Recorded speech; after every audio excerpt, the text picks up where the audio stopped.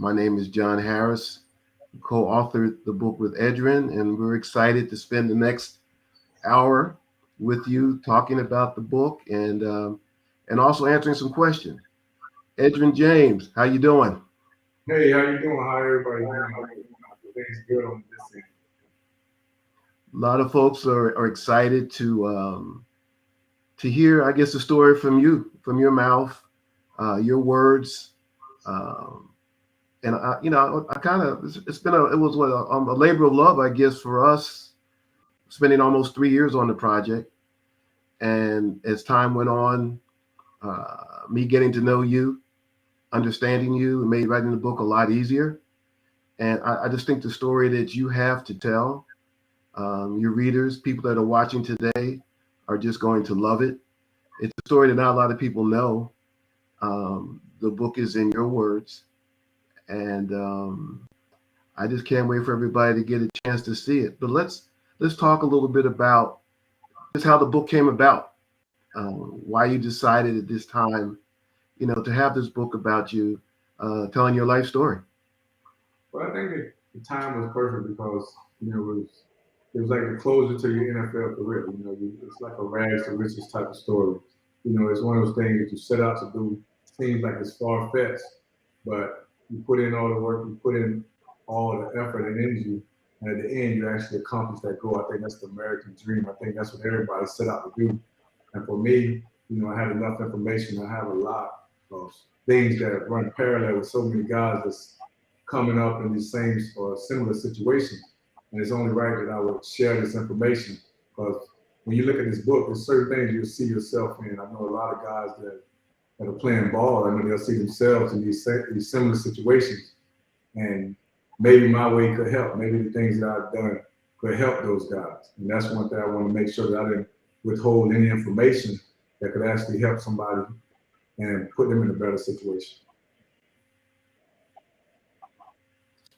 Let's look at the title for a minute. From gold teeth to gold jackets. Interesting origin. So, man, let's talk about that. The title, which you came up with. Let's talk about how it came about. It just kind of flowed naturally. Sometimes things just come to you. It wasn't that I set out to come up with this title, but when I came into the NFL, there was a lot of talk about me having gold teeth, me having dreads, and a lot of people really didn't embrace it, or a lot of people looked down on it, especially going to a small market, or you go into a city that's not even comfortable or rarely see people like myself. And that's when it really became a hot topic once I got to the NFL, because when you're in college, I think everybody accepts people when they're in college. But as you go into the NFL and you actually become good, you're one of the people that could be marketed or put on the big screen, and everybody wasn't comfortable with somebody that had gold teeth and dreads. Or I'm not gonna say comfortable. I think it wasn't the norm. It was unusual, and so I was advised, and a lot of people tried to get me to change my appearance because they saw my play, and they put all these different opportunities in front of me if I were to get rid of my gold teeth, if I were to cut my dreads. But for me, it was very important to stick to who I am as a person. I'm a South Florida person. This is how we roll, and I want to make sure I stay true to that. And plus, it was my comfort zone. And then when you go through your career, the goal is to ultimately get a gold jacket. And that was the final piece. So you start with gold teeth, which everybody didn't approve or people really wasn't used to, and you end it with a gold jacket, which everybody really embraces. Everybody wants to end up in the Hall of Fame. Everybody wants to, every ball player, I think, should want to end up in the Hall of Fame. The gold jacket is the highest of the high. One of the interesting things about what you're just saying is that you look at over time how times have changed. The look that you had back then, which so many people may have frowned upon, now it's an accepted look. It's not a big deal. But you were one of the first, I think, which makes this book interesting. You were someone who kind of laid the groundwork for what we now see as far as the freedom of expression, from athletes and from entertainers, comfortable in their look, who you are, not necessarily what everybody thinks you should be or how you should look. So this is one of the first people, first athletes, first prominent athletes uh, to come out and be introduced to the public that way. And I think one of the most interesting aspects of the book is the fact that, like you said, it would have been easy to maybe cut the dreads, take the gold out of your mouth, make a lot of money with commercials, but you didn't do that. You stayed true to yourself, which I think people, if they don't know that about you, they're definitely going to find out about you after reading the book, that you've definitely remained your own person through all these years. I just think that when you I came here to play football. I didn't look for. I wasn't trying to be a model. I wasn't trying to be a spokesman for anything. All I was trying to do was just play football, and I stuck to my purpose. That what made it easier for me because I'm a football player. I played football, and I played at a high level, and I don't care where you go, what you're doing. As long as you're not doing anything against the law or illegal, people are going to accept you. At some point in time, you're going to have to get over it and accept it. And the NFL has done a great job of embracing things, especially cultural things. It's getting better and better as you see. Things are being accepted. It's actually getting a little bit more exciting to watch. At one time, it was pretty strict out there. But now they're loosening up, and the world is loosening up. And I enjoy the things that's going on now. It's one of those things you say, okay, yeah, it wasn't like that, but we're seeing a little change here, and we're making it for the better. Before we move on, I want to get back to the title.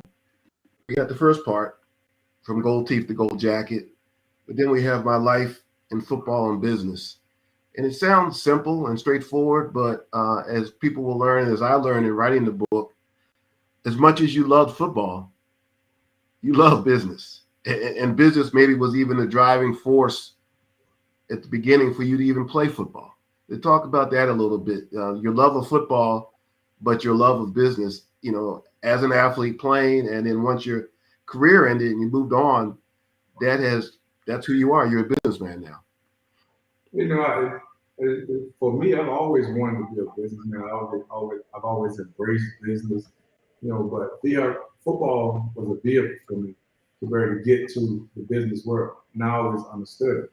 So I always took a business approach when I was playing the game. I had fun in the midst of everything, but I've always taken a business approach because that's the ultimate game. That's the game that you can play every day. I know at some point in time, football was going to leave me.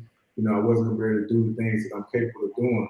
But with business, that career goes on and on. So I'm still in the game that I really wanted to be in, but I use football as a vehicle. I think if you look at a lot of guys, that's a similar path to a lot of people that actually played and they're doing well after playing ball.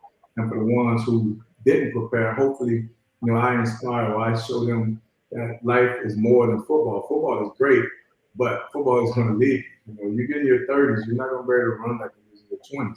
So you have to be prepared. You have to go ahead and make sure that you're preparing for life after football. And hopefully I give a little insight. I can share my story so that so many others can say, you know what, I'm going to play football. I'm going to give it everything I have, but I know it's going to leave me. And when it does leave me, I'm not going to be hurt. I'm not going to be down. I'm not going to be disappointed because I can't play the game anymore. I'm going to move on to the next phase of my life, knowing that it was already predestined. I think that's a really important part of what you just mentioned.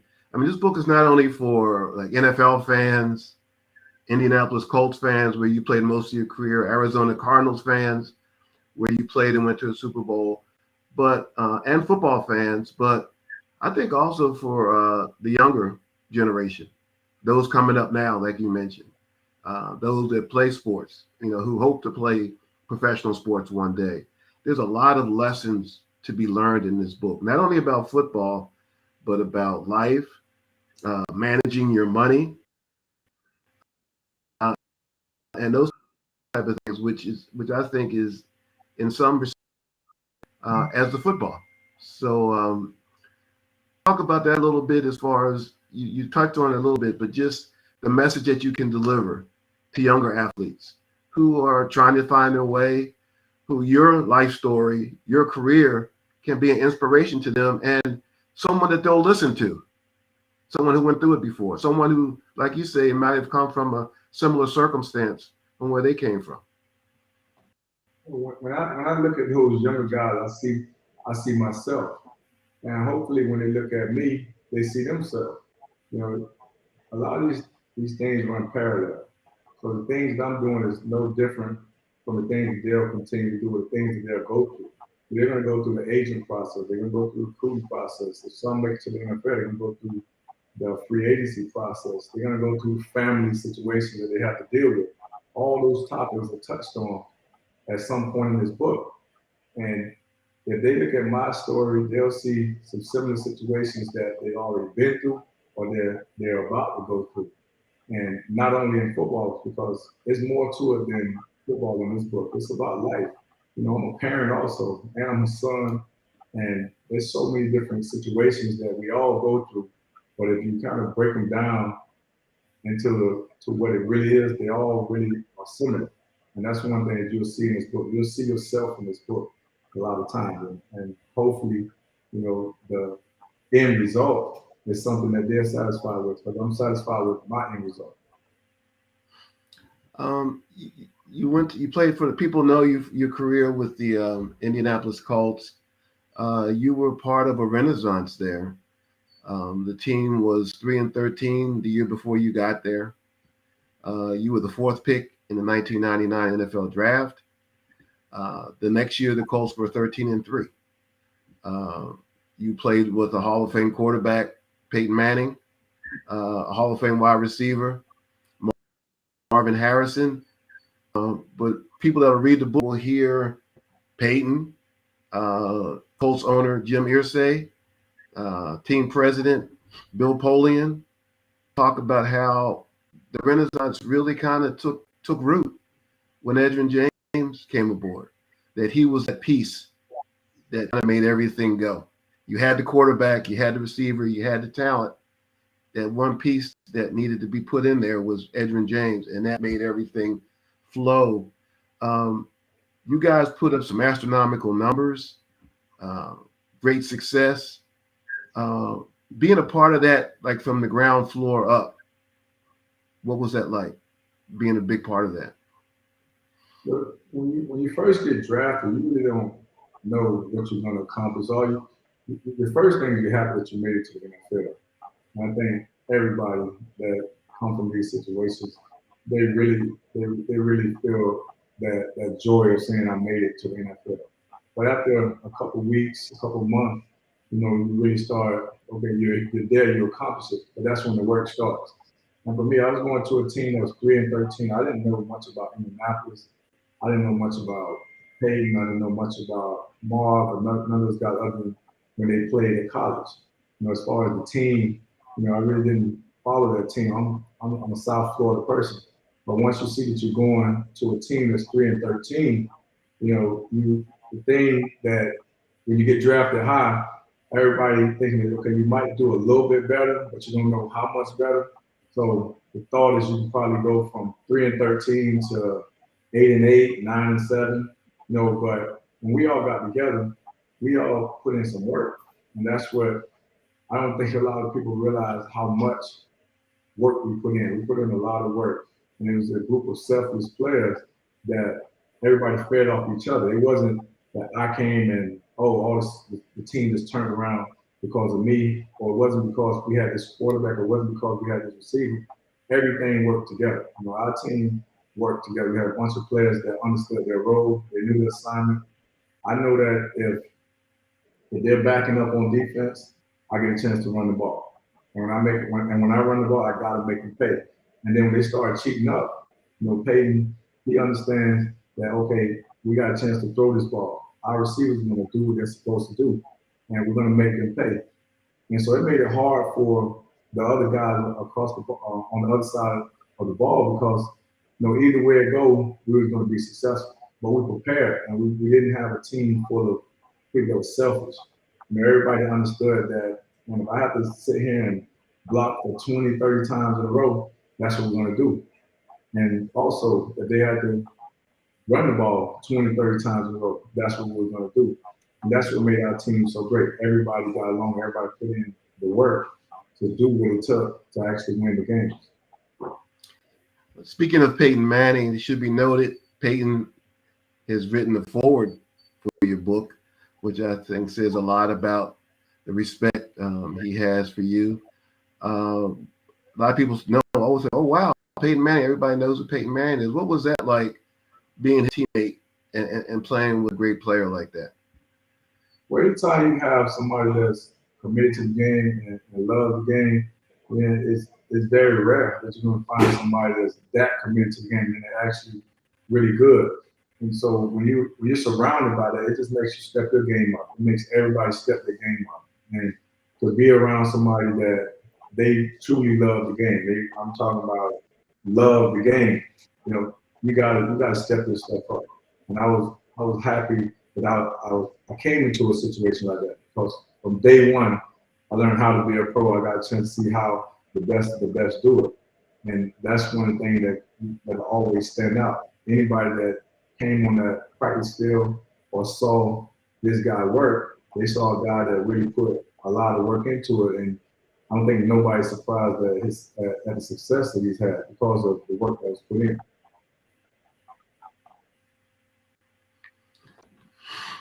Before the Colts, before even the University of Miami, you grew up in Immokalee, Florida.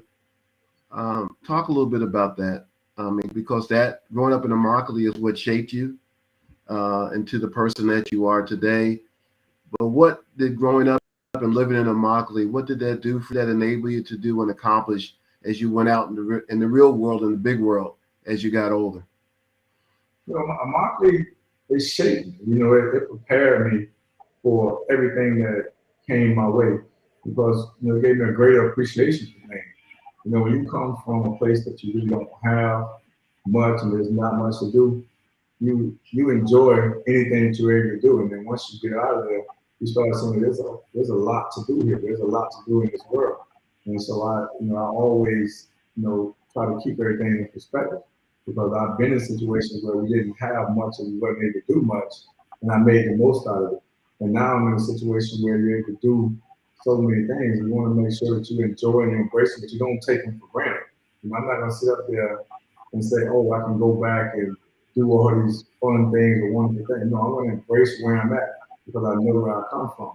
And I always make a comparison to when I see those people come from out the country and they're willing to work, they're willing to put in hours upon hours and do what it takes to feed their family.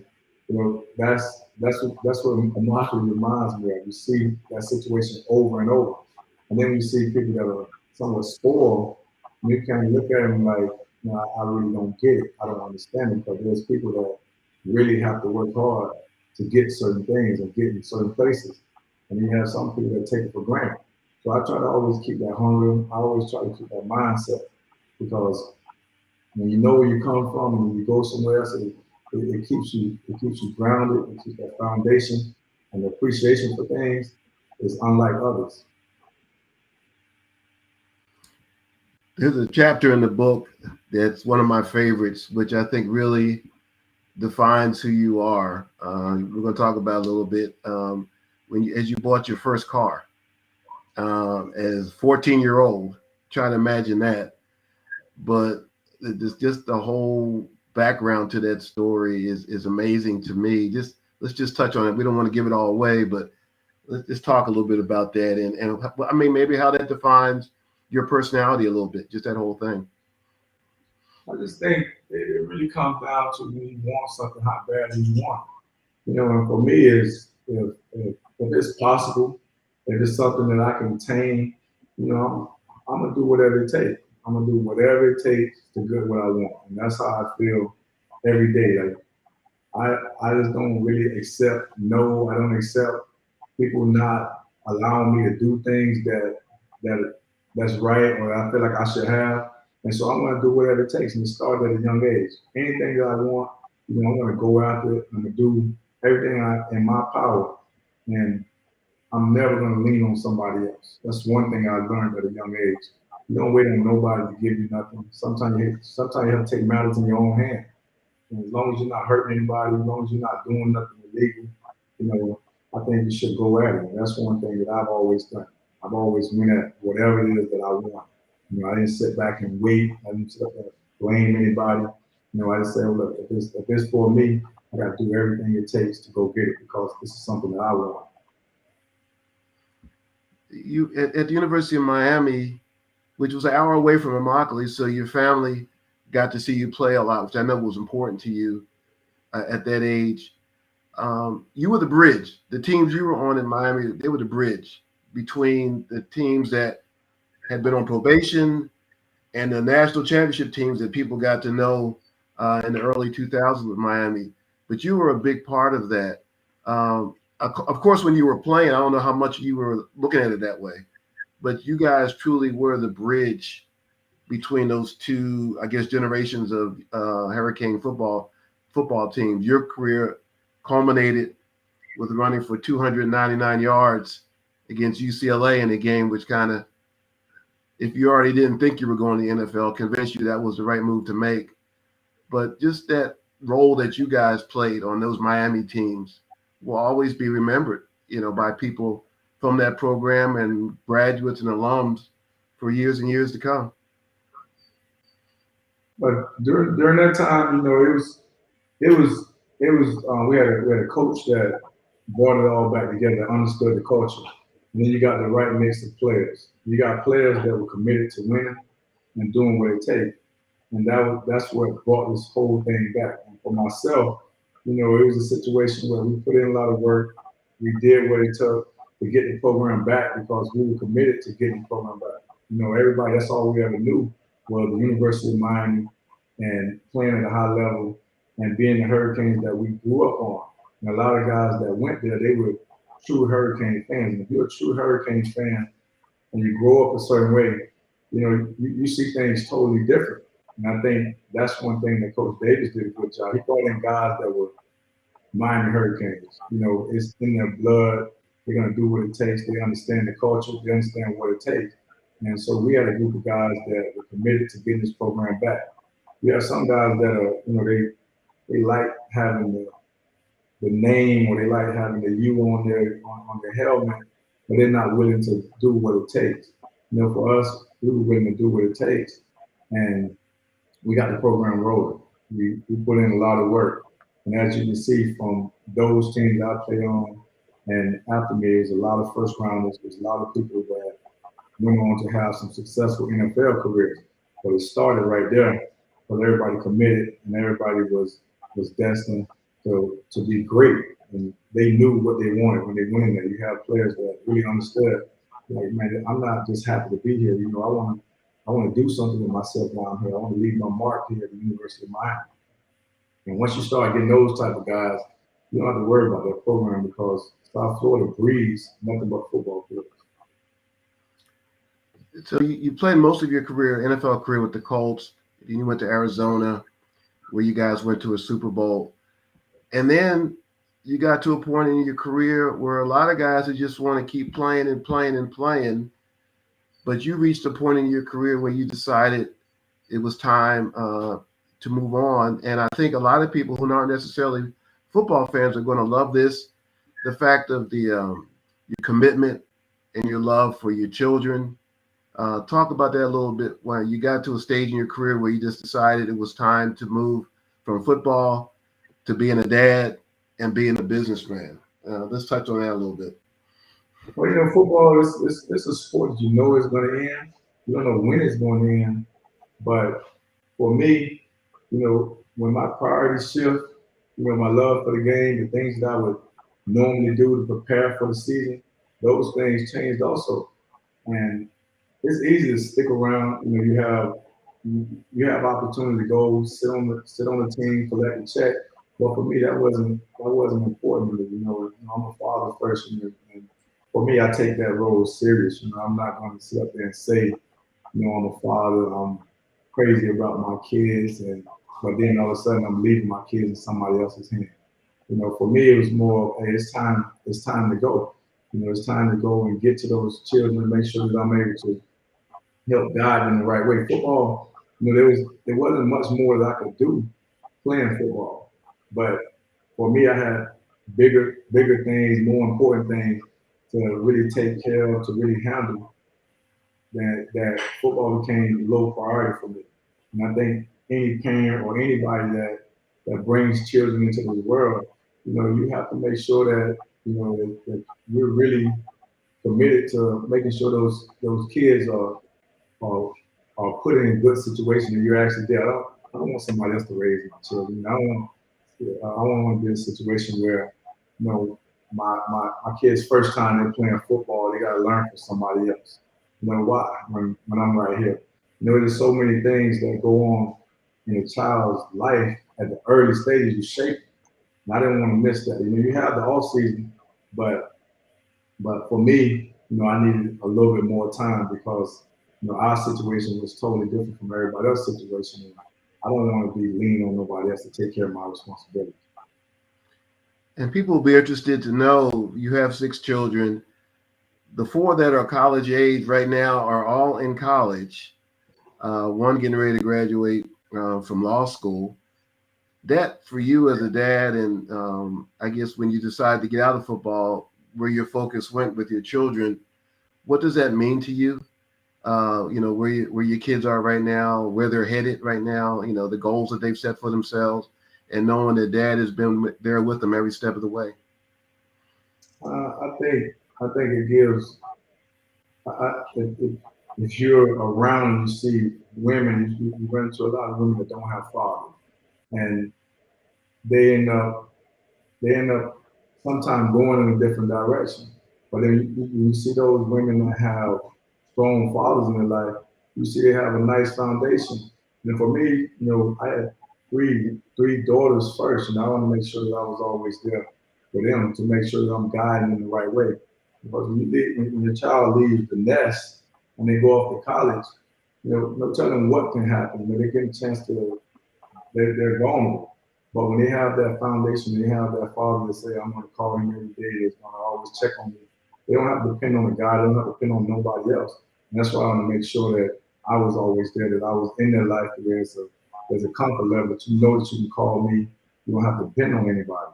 And now I have my son in college. You're making sure that they understand what they're about to go through. It's very important to be there. And I think if you're going to put them out here in this world, I think you should be there, and I'll make sure that I'm there every step of the way. What do you think people that read this book, that part? Because everybody can score touchdowns and be great, and there's been a lot of great football players, great athletes out there through the years, and you had your share of accomplishments that way. But we've had conversations, a lot of conversations, and you seem to take your greatest satisfaction in the things that you just talked about. And I think people are going that don't know you, that really maybe haven't seen you do interviews or talk a lot through the years, are it's really going to be an eye opener for a lot of people. I think that this story that we're telling right here, as far as you as a dad, the love you have for your kids, and doing everything in your power for them to be successful in their lives. I just think everybody should be into their children. I don't think you should put your children off on somebody else. You laid up and made them, not go out and make them great. And that's always been my approach. I'm not going to lean on somebody else to take care of my children. I don't want to have to even see them go through that. I think anybody that, especially if you're capable, a lot of times, people look at it and think it's all financial. That's not true. As long as you're there, as long as you're there, I don't care how much money you have, I don't care, what your situation is. It's about being there. If you can help them along the way and they know they have somebody in their corner, that's just going to make them more confident out of this work. They don't have to sit there and be timid. They don't have to be unsure. They have somebody that's there for them. I want to make sure that, hey, I'm pointing out that I'm always there. I'm going to be there until till it's over. You know, like me and my kids, we have a saying. We say, "To death do us part." You know, nobody comes between us. You know, I won't put nothing before my kids. I won't put a job. I won't put none of my personal life before my kids. You know, so I make it a point of emphasis in my life. I don't know how everybody else takes it, but for me, that's very important. It's something that drives me. You know, something that motivates me to keep going. You know, I don't want to be that boring dad or that dad that they tune out. I want to be the one that feel like, oh, you know, I can say whatever. I want to make sure I make my dad proud because, you know, I'm proud to be their father. You know, I'm going to make sure I do everything that I can to put them in situations that they can just keep elevating themselves, make sure that they're doing what they're supposed to do. And I just want to put some good people on this part. I think one of the unique aspects of this book, even though it is an autobiography, memoir, your words, we have quite a few people that are incorporated that are telling stories as well about you. And I think nowhere is that more evident than when we talk about business and money. And that was really important for you. That was a big part of the book for you. You wanted to tell those stories about athletes. There's so many stories, so many unfortunately negative stories about athletes and money. And you are one of the positive stories. And I think for you was you take that all very personally.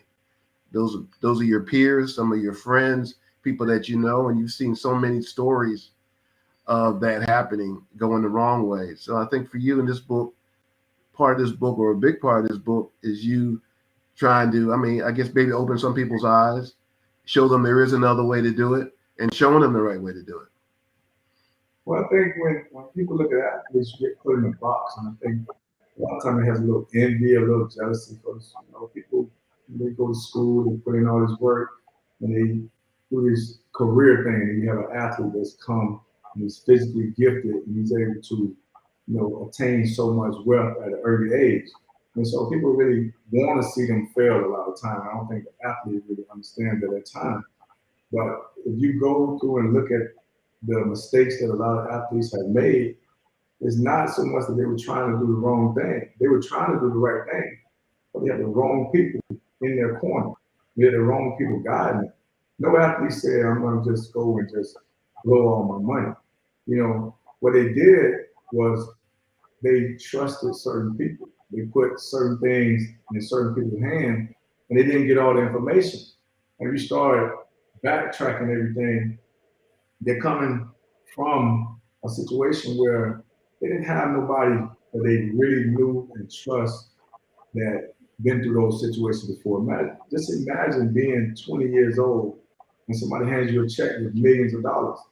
But you can't say, hey, mom, what am I going to do? Hey, dad, what am I going to do? So the NFL is full of single parent players. You know, they don't have people to go to. They don't have people that came into money. So those things right there are situations that when you really look at them, it's a little deeper than what people think. But because of the envy, because of people not really understanding that, man, you can have $1 million and after taxes and all the people that come that you want to help and you want to do things for, that money is gone. It's not a lot of money. And so we have to educate ourselves.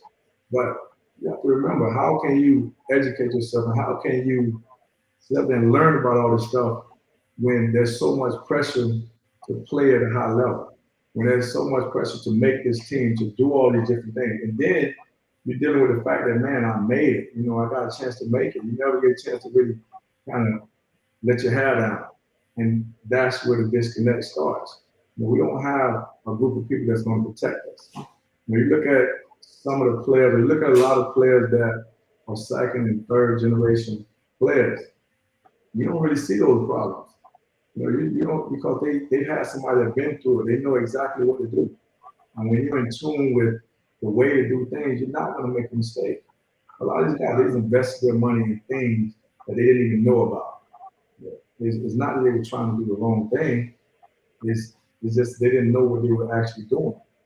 And for a player, when you got to think, you just not meeting these people. Yeah, you don't even know these guys. You're in college. You're your freshman, sophomore, junior, the pressure. I mean, that's when they really start putting the press on you. And then become a senior. If you stay a senior, you don't have enough time to make a decision about a financial advisor. You don't have enough time to really get to know this agent. You don't have enough time to get to know all these people. So how are you going to go and just make the right decision, like right off bat? And that's where the problem comes in at. Just making a decision or taking time to make a decision. What's the right way? It all varies from person to person, but it's not as easy as people think. To me personally, and of course I've got a selfish interest in it, but just those chapters in the book on that alone should be mandatory reading, required reading for young athletes, whether it's high school, college, or even pro. There were so many lessons to be learned about what Edgerrin was just talking about. And he went through all that. He came from similar circumstances in a lot of these athletes that you see out there now. So there's really nothing out there today that he didn't see back in his day or experience. So he's telling it to you real. And to me, I'm like, school systems all over the country, colleges, this book, the message that he delivers should be something. This book should be placed in the hand of every student athlete because there are great lessons to be learned in it. And it's real. I mean, and this guy is one of the most successful financially. Someone who made a lot of money, kept all the money, basically stayed true to himself, took care of his family. There's so many things that he didn't tell me that I found out from other family members, how he basically just moved his whole family to now they live in Orlando. Many family members, immediate family and other family members, moved everybody to Orlando, put them in homes, took care of them. This guy has an unbelievable love of family. He's true. He's true to his family, and I think that plays a great role in his success. I met his mother, and I see where a lot of that came from. Grounded. A lot of people like to say people are grounded. Well, he's grounded. He never lost sight of who he is or where he came from. I was just super blessed and excited to have worked on this project with him. We could talk the rest of this hour on it, but we're going to move to some questions. And you got some fans here that got some straight up questions for you, man. I'm going to throw a few questions out at you, and you answer them any way you want. All right, cool. I've got okay. You got first question from Josh in Trambersville, Pennsylvania, who wants to know what coach or team was the toughest for you to play against? What coach or team? Yeah, he didn't say college or pro, so I guess he's leaving that up to you. Well, I mean, we played against a bunch of tough teams, and when you played against, it's the consistent team. You played against the Steelers or you played against the Patriots. Those teams were always coached well, and those teams made you bring your A game. You had to make sure that you were playing at a high level, or they'll pretty much expose you. And so, if I had to say that the toughest coach and team tandem, it had to be those two, the Patriots and the Steelers. And they were very well coached, and they came out to play every time. It was never an easy situation. And I mean, ironically, when you played for the Cardinals and played in the Super Bowl against the Steelers, I covered the Steelers at that time. I covered that game. So little did I know that many years later I'd be actually writing your autobiography. But yeah, that was a game against the Steelers that you guys really could have won that game if not for two unbelievable plays. To me, you guys would have won that Super Bowl. So yeah, that was a great Steelers team, but that was a great game. Okay, another question from Fred from Winston-Salem, North Carolina. He wants to know, what are your future plans? Oh, my future plans, they're forever evolving. I'm always trying to stay in the middle of something. But it all evolves around my children, and I always want to do business with my children. I own a bunch of real estate. I get more into the motivational speaking and appearances thing, but overall, I want to keep myself free. I want to make sure that I always keep my freedom. I'm able to travel and just enjoy life. Okay. Next question from Kenneth in Katy, Texas, right outside of Houston. He wants to know, what was your best game ever? Well, at the University of Miami, of course, it would be the UCLA game. That was the game that we shocked the world, and I actually got a chance to showcase myself, and also, that's when we made that turning point. We turned the U back into what we know the U is supposed to be from that game right there. So if I had to say the best game, that would be the best game that I've ever played. And it's interesting that you said that, because we devote a whole chapter to that. Everything that went behind that, and the introduction, that game basically introduced you to America, helped your decision on going pro a year early from college. So that was a huge, unbelievable game in so many different ways for you when you look back. Um, Next question from Joey in Minster, Ohio, wants to know, who had the hardest hit on you and how did it feel? How did it feel? Oh man, you take so many hits, you don't even know who's doing it. I can't give one person credit for it, but I've been hit all types of ways, so I can't just say one person. But I've taken a lot of hits, but I never show it. I never sit up there and give that person the credit and let them know they hit me. I jump back up. I learned that from Walter Payton. No matter how hard you get hit, get back up and get to the sideline. And you can't let the other person know that they got a good hit on. Okay, good answer there. Next question from Corey in Cleveland, Ohio. He says, I loved your Hall of Fame speech. He's a huge fan. And he wants to know if you have a favorite player in today's NFL. Today's NFL, there's a lot of great players. I mean, there's so many players for me to just name one. That's that's pretty tough. But the player that I like watching right now is JT from the Colts. So, I'm a Colts diehard. I'm always pulling for that organization, and I'm pulling for the running back position. So I'm always pulling for JT. I think that's the player I like watching the most. Jonathan Taylor, right? Yeah. Okay. Uh, Always partial to the Colts, but we understand. We understand. Um, Next question from Gillen Water from Indiana, Kendallville, Indiana. I think it's about 2 hours from Indy, so he might have gone to some of your games when you played. He wants to know if you could pick a favorite moment from your Colts career, what would it be? Hmm.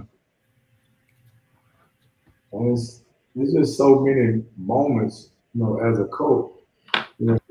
Just turning that franchise around. I know that first year I really didn't understand it. When you look back on it, you see how we turned that franchise around overall. It wasn't a football city.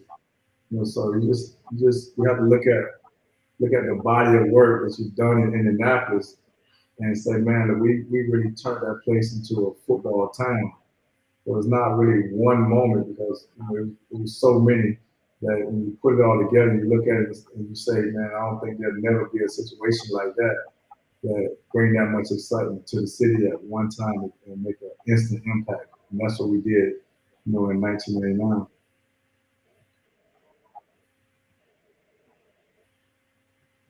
I tell anybody who asks me about you, they say, "Oh yeah, Edgerrin James." I say, all I can tell you to do is go to YouTube, Google Edgerrin James rookie season. You want to know who he was as a player, and some of them they come back to me and say, "Man, I didn't know he was like that." That's what I tell anybody. If you didn't really see him play, do that. Google his rookie season with the Colts, and that'll answer all your questions about what kind of player that he was. And we didn't even talk about the Hall of Fame. You're getting into the Hall of Fame because of that greatness that you had. We got to talk about that for a minute. Your Hall of Fame speech, But let's just talk about getting into the Hall of Fame, the culmination of your football career. No, you never really understand the process. You just know you just go out and you work, and you start looking at numbers, and you realize it's not about numbers, it's about your whole body of work and what you've done. And there's no true gauge. I haven't figured it out. I don't think any player has figured it out. But the process is a very interesting process.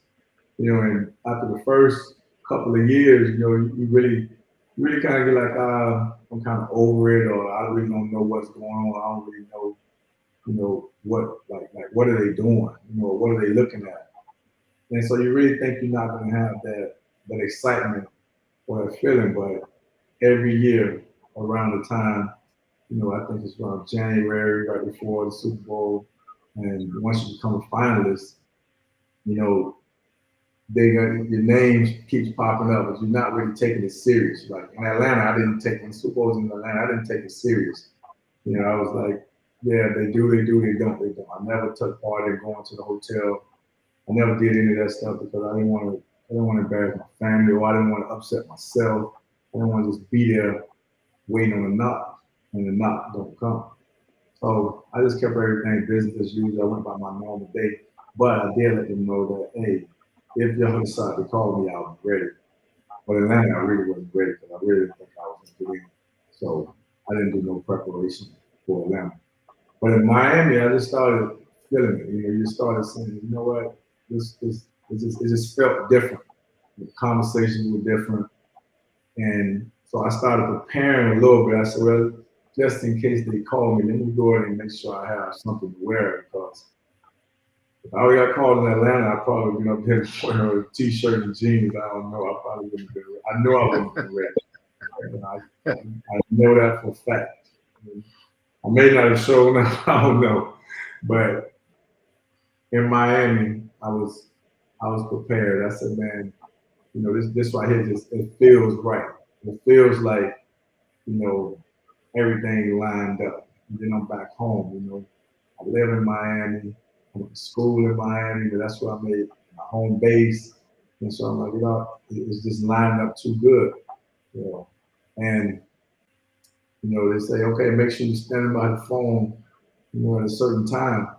And I always keep my phone with me, but I really didn't sit there watching the phone or anything. I was still asleep. I was laying down in the bed. I was preparing for the nightlife. I was like, we're gonna hang out, we're gonna party all night, regardless whether you get in or not.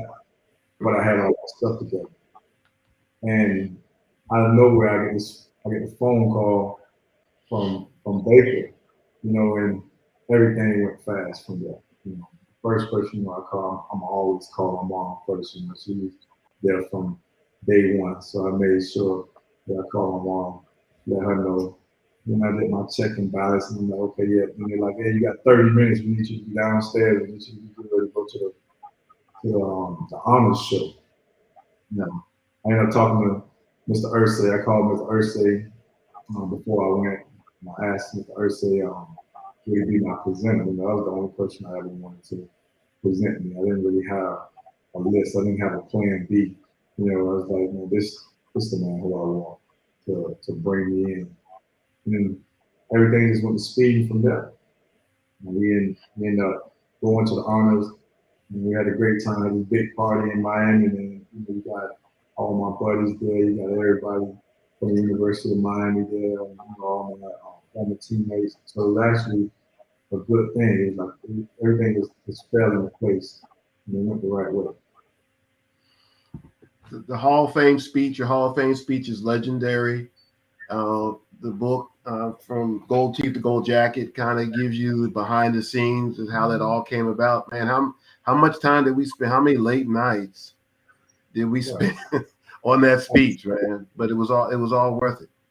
Yeah, it was just in time because the thing I want to do, I'm always gonna come out right. And I don't think people really understand that, like, you're not gonna catch me slipping. So the first thing was everybody thinking, okay, what is Ed's gonna do, or how Ed's gonna handle this? Because I never really cared about the limelight. I never wanted to be in front of the camera. I didn't care to do all that stuff. But I always said if I make it to the hall, that'll be the first time I ever get a speech. So I never gave a speech until I got into the Hall of Fame. But I wanted to make sure that it was right.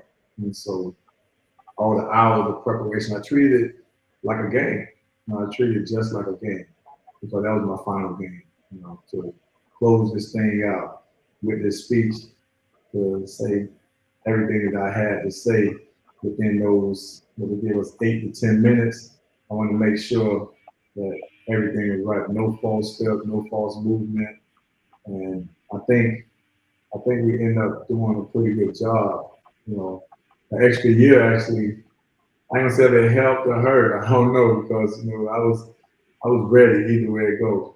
And I think all the time that we put in to do it, that made it even feel better because I'm like, okay, behind the scenes, nobody really knew I was working on the speech. All my friends, everybody was curious, okay, what are you gonna say? How are you gonna go about it? And I never really talked about my speech to nobody. But we put in so many hours. We want to make sure this thing was right. And to be able to have an impact with the speech, that was very important for me because, it's the first time, I have all my children there with me. A lot of my kids, they didn't get a chance to see me play ball. They don't really know much about Edgerrin James, the football player. They just know me as dad, besides my older children. And for them to see somebody go up there and represent the right way, I think that's another that's something that they can hang their hat on and say, man, you know what? When he tells me to do something, I know I need to listen to him because anytime he go out and do anything, he's gonna make sure he do it the right way. And I always try to be an example. The speech was just another example of how you go out and do things and handle things, even if it's something that you're not really comfortable doing, it's not your thing. But once it's an assignment, we go out and we complete the assignment. And just to let everybody know, the entire Hall of Fame speech is in the book, is in From Gold Teeth to Gold Jacket. So you can read it. And I listened to all the speeches, and a lot of people, thank this person or that person, but the majority of Edgerrin's Hall of Fame speech was acknowledging and thanking people, coaches, family members, acknowledging people, friends, uh, far more than, not that this is a contest, but just that's who he is. I mean, it was important for him to acknowledge and give thanks to those who helped him get to where he is. That was a very important part of the speech to him, which just I think this kind of touches on, who he is deep down. Let's try to get a couple more questions, man, because our time is really short. But I do have to ask this one here because since we're coming up on the Super Bowl, Christian from Warminster, PA, wants to know who you think is going to win the Super Bowl this year. Oh, that's a good one. First, I was going Tampa Bay Bucks. Yeah. So now it's got that put out, but I like the Chiefs. Yeah, I can't argue. After the game last week, I can't argue with that. That was an unbelievable game. Unbelievable quarterback. Yeah. And let's wrap it up with this question here, since we didn't talk as much about it, but this is from Cameron from Kansas City. The Chiefs. So he's probably a Chiefs fan. He wants to know, what challenges did you find most rewarding as you invested your time and resources in business? The biggest challenge is, I'm a natural giver, and trying to separate giving and business, there's going to be a conflict of interest. So you really have to set parameters. When you're talking about, you have people that that want to work, but they're probably not qualified to do the job that you really have for them, but you're still willing to give them a shot. So business don't go the way like it probably should, because you're getting away from what you're truly supposed to do. You're supposed to hire people that are made for that situation versus trying to create a position for people. That's one of the hardest things, and still to this day, it's so hard to try to, put people in position to do things that they're really not capable of doing it. So you find yourself in a tough situation because you always want to help people. You always want to say, okay, yeah, I can give you this job. You know, I can give you this opportunity, but you're gonna kind of set yourself back, or you're gonna delay the benefits of running that business. That's one of the toughest things, right? That's one of the toughest challenges for me, is trying to get the right people in the right place, because everybody's not meant for everything. Even though everybody needs a job, every job isn't for them. And when you're the one that's hiring and firing, you're gonna find yourself in a tough situation, because you know you're gonna have a lot of people that you personally know that really need a job. You know, and you want to try to give them an opportunity, but a lot of times they're not qualified for the job, and you'll be the one that end up taking the loss. Well, there you have it, folks. Time flew by. Remember the name of the book, From Gold Teeth to Gold Jacket, My Life in Football Business. Edgerrin James memoir, autobiography, life story. I'm John Harris, co-author, and we've enjoyed spending this time with you. We thank you for your participation, and we hope you enjoyed it. Edge, anything you want to wrap up with? No, man, I just hope everybody enjoyed the book, man. The book actually covers so many topics that you wish you had more time to really go in depth. Maybe down the road, we end up adding some bonus stuff, because there's so much material that you confine to a little space. And hopefully within that space, you're able to inspire, help, motivate, and direct people. You know, hopefully I'm able to accomplish that. Hopefully people like the book. And, you know, I appreciate everybody that actually go out in person. I appreciate everybody that actually came on and watched this. We thank you for your time. Have a glorious rest of your day.